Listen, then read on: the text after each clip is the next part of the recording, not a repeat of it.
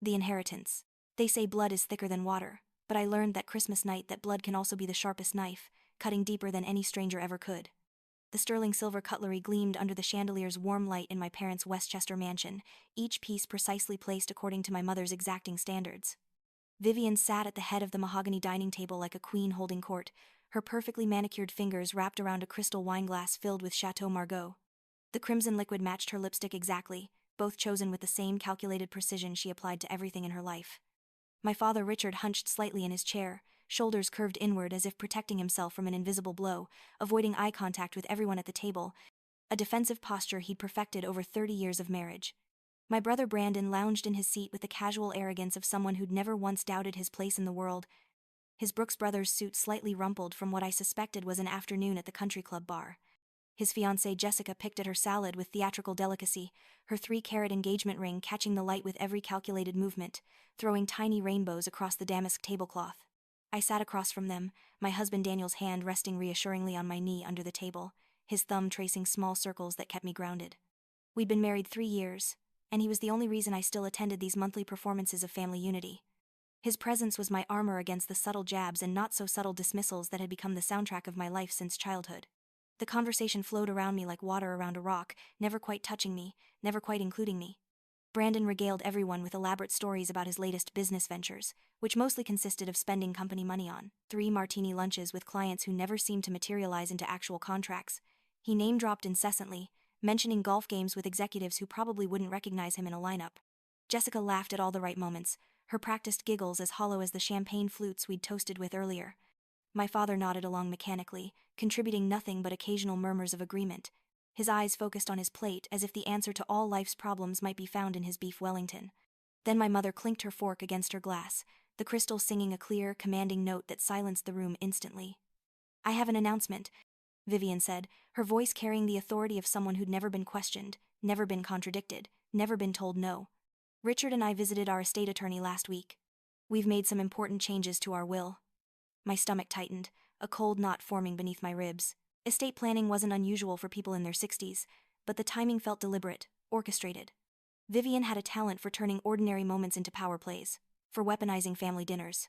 Given Brandon's dedication to the family business, she continued, her gray eyes never leaving mine, watching for my reaction like a cat watching a mouse, we've decided he should inherit Miller Architecture Group in its entirety, along with all associated assets, properties, and holdings. The words hung in the air like smoke from a fired gun. I felt Daniel's hand tighten on my knee, his wedding ring pressing into my skin, but I couldn't move, couldn't breathe, couldn't process what I'd just heard. Miller Architecture wasn't just a company, it was my grandfather's legacy, his life's work built from nothing into one of New York's most prestigious firms. I'd spent my childhood in those offices, sitting under his drafting table while he worked, drawing my own impossible buildings on scrap paper. I'd earned my architecture degree with honors from Columbia, won 3 national design competitions, brought innovative, sustainable building concepts to the firm that had increased our revenue by 40%.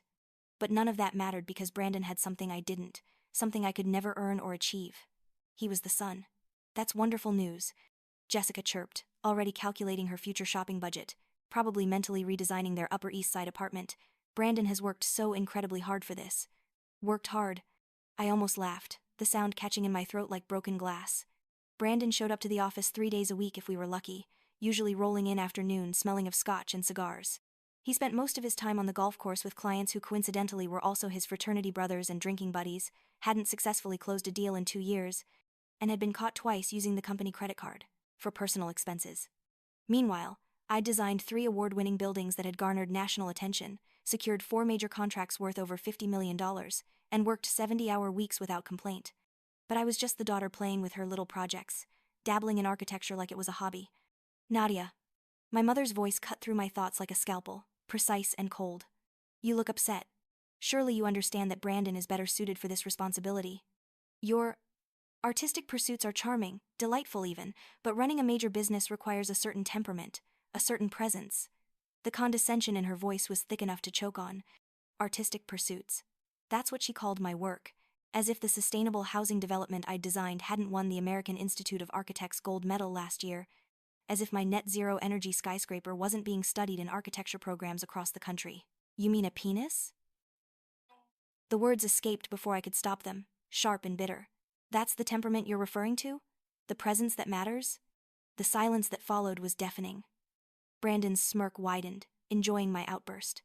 My father suddenly found his water glass fascinating, studying it like it held the secrets of the universe.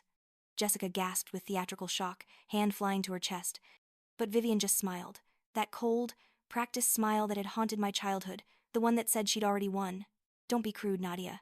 It's unbecoming, unfeminine. Brandon understands the business world, the politics, the networking. He has connections, relationships with important people. You spend your time doodling impossible buildings that will never see daylight, fantasy projects that have no practical application. Those doodles brought in more revenue last year than Brandon has in the past 5 combined. I shot back, my voice steady despite the trembling in my hands.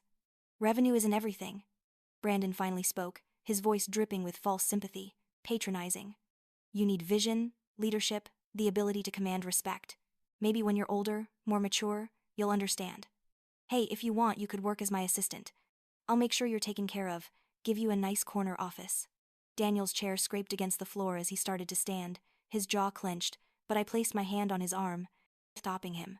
This was my fight, my family, my disappointment to face. Your assistant? I repeated slowly, tasting each word like poison. I have a master's degree from MIT. I've been published in Architectural Digest 7 times. My sustainable designs are being studied in universities across the country, internationally even. I've won awards you couldn't even pronounce.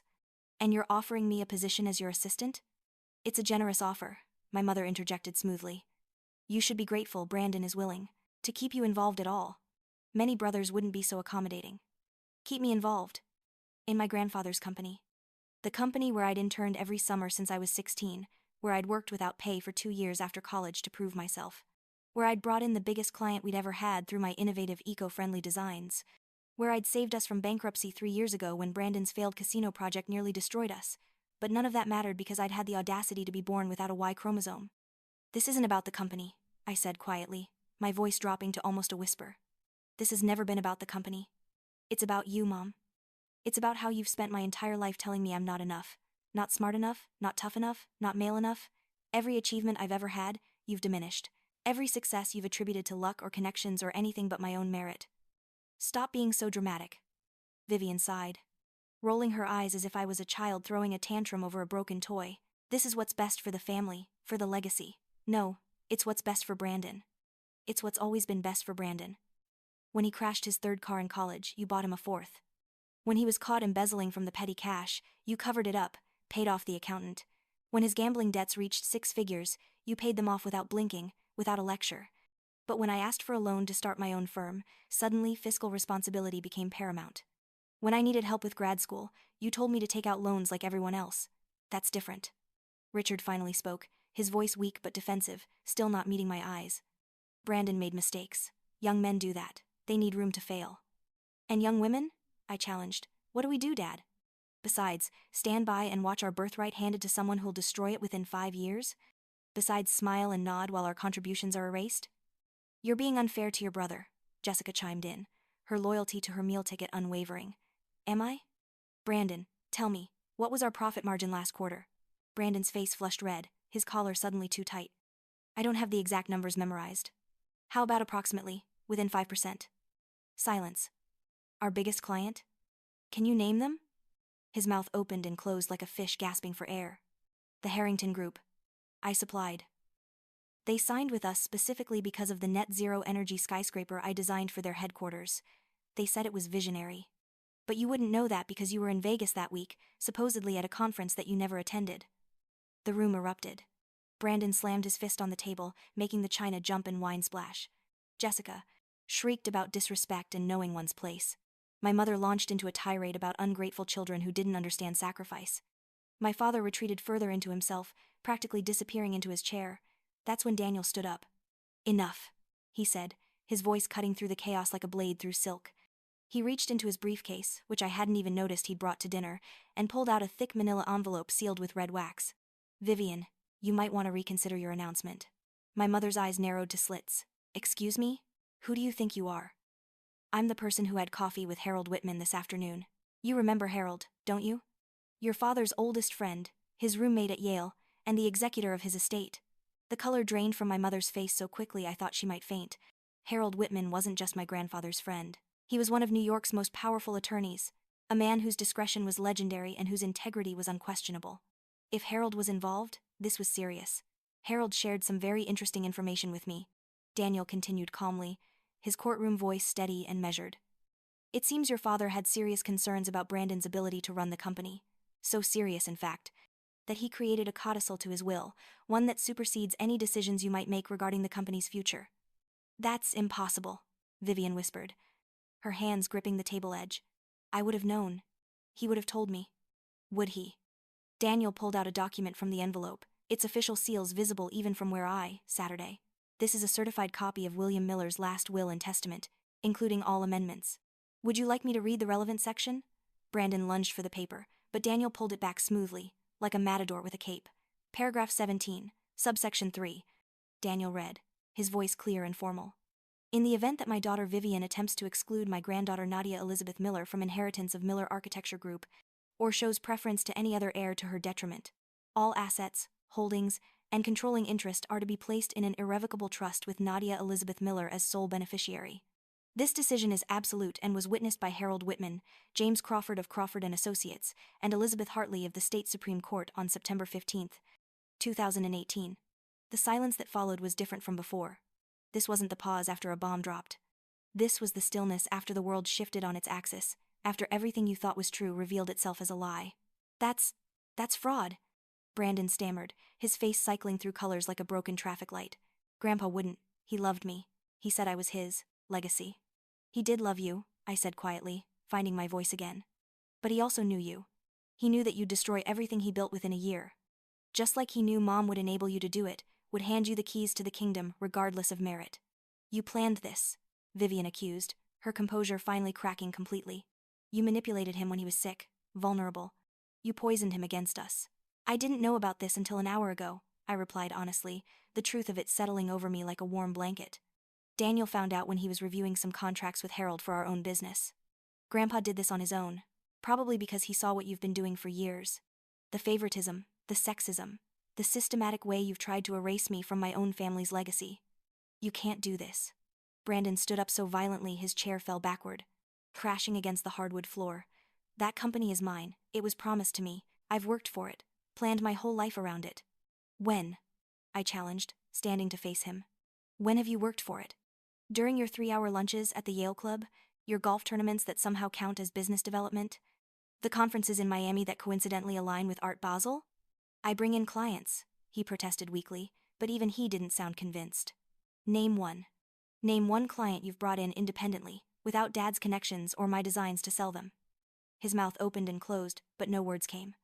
This isn't over, Vivian said, her voice ice-cold and sharp enough to cut glass. I'll contest this. I'll prove undue influence, mental incompetence, something. I have resources, connections. You could try, Daniel agreed mildly. But Harold has recordings of every conversation he had with William about this. Video recordings where William explicitly states his reasoning, his observations about Brandon's incompetence and your enabling behavior. He even had a psychological evaluation done to confirm he was of sound mind. He knew you'd react this way, Vivian. He prepared for it. He said, and I quote, "My daughter will fight this with everything she has, because she cannot accept that she chose wrong." Jessica stood abruptly, her chair scraping against the floor like nails on a chalkboard. This is insane. Brandon, do something. Call someone. Fix this. But Brandon couldn't do anything. For the first time in his 35 years of life, his safety net had been pulled away. No amount of charm or manipulation or parental favoritism could change what was written in black and white, witnessed and notarized. You've destroyed this family. My mother spat at me, actual tears in her eyes now, though I suspected they were tears of rage rather than sadness. You've always been jealous of Brandon, always trying to prove you're better than him. This is your revenge. No, Mom. I've been trying to prove I'm worthy of being your daughter. But I'm done trying. I'm done seeking approval from someone incapable of giving it. I'm done watching you hand everything to Brandon while telling me I should be grateful for scraps, for the privilege of existing in his shadow. I stood up, Daniel beside me, his hand finding mine. Grandpa saw me for who I am. He believed in my vision, my capabilities, my future. That's more than you've ever done. If you walk out that door, Vivian threatened, standing now too, her voice shaking with fury. You're no longer my daughter. You're cut off from this family completely. I'd imagined this moment so many times over the years. The final ultimatum. The last attempt at control. In my fantasies, it had always hurt, always made me crumble. But standing there, looking at the woman who'd given birth to me but never truly mothered me, I felt nothing but relief, like setting down a weight I'd carried for so long I'd forgotten I was holding it. "I haven't been your daughter for a long time," I replied. "I've been your disappointment, your second choice, your contingency plan. But I've never been your daughter. Daughters are loved unconditionally. They're supported and celebrated. They're not constantly reminded of their inadequacy, their wrong gender, their failure to be the son you wanted." Richard finally looked up, his eyes wet with unshed tears. "Nadia, please. We can work this out. We're family. Family forgives. Are we, Dad? Because family shows up. Family speaks up when one member is being mistreated. Family doesn't sit in silence while one child is elevated and the other is diminished. You've watched this happen for 30 years and said nothing. Your silence was complicity. Your neutrality was choosing sides. You don't understand the pressure," he said weakly. "Your mother, the family dynamic, it's complicated. I understand perfectly. You chose comfort over courage. You chose peace over principles. And in doing so, you chose Brandon over me, every single time." Brandon finally found his voice again, and it was ugly with rage. "You think you've won? You think you can run that company? You're just a woman playing dress-up in a man's world. You'll fail within 6 months." The misogyny was so blatant, so raw and undisguised, that even Jessica took a step away from him, seeing perhaps for the first time who she'd attached herself to. "You're right about one thing," I said. "I am a woman who graduated summa cum laude, a woman who speaks 4 languages. A woman who's traveled to 17 countries studying sustainable architecture. A woman who's going to take Grandpa's company into the future while you're still trying to figure out what a profit margin island." I picked up my purse, my hand steady now, no longer trembling. "The transition will happen January 1st. Harold will be in touch with the details. Brandon, you're welcome to stay on as an employee, if you can pass the same. The performance review we give to interns. Jessica, I'd start looking for a new meal ticket. Mom, Dad, you have each other. That should be enough, since it's all you've ever really wanted anyway." Daniel opened the dining room door for me, ever the gentleman. As we walked through, I heard the sound of glass breaking, explosive and violent. Whether it was thrown or dropped, I didn't care enough to look back. The December air was sharp and clean after the suffocating atmosphere inside, like diving into cold water after sitting in a sauna too long. Snow had started to fall while we were at dinner, coating the manicured lawns in pristine white. Daniel wrapped his arm around me as we walked to our car. "How long have you known?" I asked. "Since this afternoon. Harold called me after Brandon contacted him trying to get an advance on his inheritance. Harold felt you should know what was being planned." "And you didn't tell me before dinner?" Daniel stopped, turning to face me, snowflakes catching in his dark hair. "Would you have come if you'd known? Would you have sat through that announcement, heard those words, if you'd known you had an ace up your sleeve?" I considered it. "Probably not. You needed to hear it, Nadia. You needed to hear your mother reveal her true intentions without filters. Brandon show his true colors, see your father's weakness laid bare.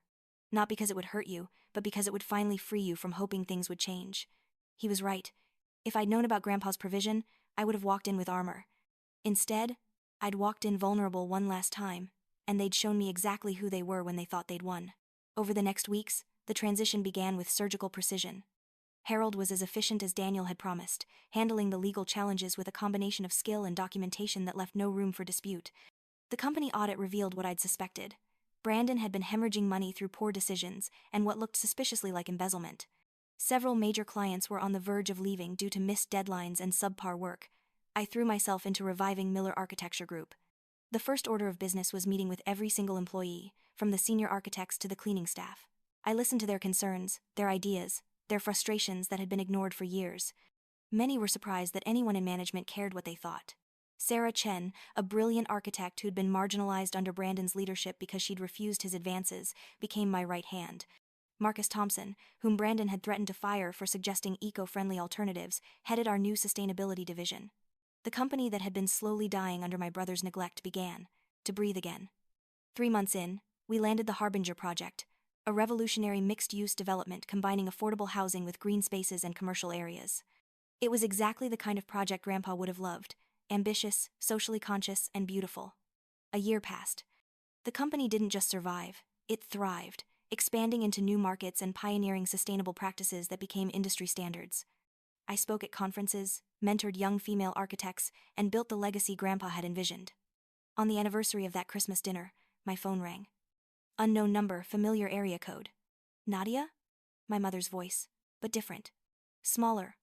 Older. Tired. Hello, Vivian. The use of her first name created a pause. I wanted to wish you Merry Christmas. The Harbinger project was in the Times. It's impressive. Yes, it Island. Your grandfather would be proud. He was always proud of me. It's a shame you never were. I did what I thought was best. The world I grew up in, women didn't run companies. No, you were protecting yourself from having a daughter who didn't fit your narrow definition. You were protecting Brandon from having to compete fairly. I see that now. I miss my daughter. The daughter you wanted or the daughter you had. Because those were never the same person. I understand. Merry Christmas, Nadia. Goodbye, Vivian. Years continued passing, each building on the last like floors in a skyscraper. The company flourished internationally. I married Daniel in a small ceremony with chosen family. We had a daughter, Billy, named after my grandfather, William. On my 50th birthday, at a party in the renovated Miller Building, I stood on the balcony overlooking Manhattan.